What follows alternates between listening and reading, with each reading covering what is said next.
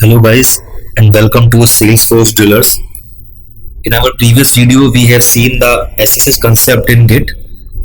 So in which we have created an SSH key and we have pasted that SSH key in our GitHub account settings in SSH key column, and then we have cloned a repository using the SSH URL, and then we tried to push it didn't ask for the username and password. So if you guys want to know about the SSH keys in Git, then please refer to the previous video. Now in this video we will learn about git pull. So guys, what is git pull?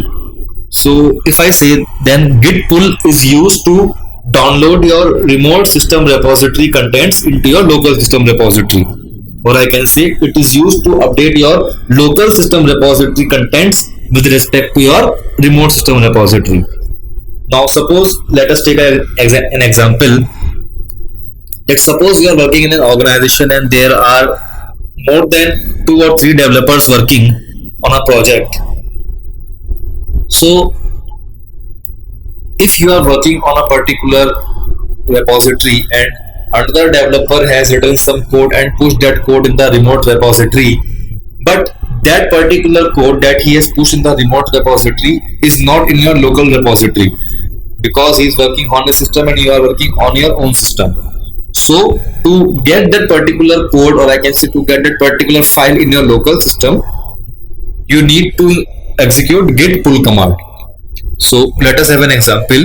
So this was our remote system repository. So let me just split the screen, and this is our local system repository. So these are the 2 files that we have created in the previous video. As you can see, these 2 files are similar like in our remote system repository. Now let us create one more file over here. So we'll click on add file, then we will go to create new file. Now here we will mention a new file. So let us mention the file name as pull demo, and let us mention some text over here that hello, this is a pull demo for Git. Now let us commit this file.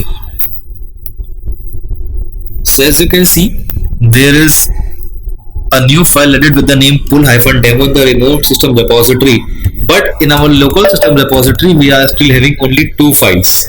So in order to download this particular file, or I can say in order to update the local system repository with respect to the remote one, we need to execute git pull.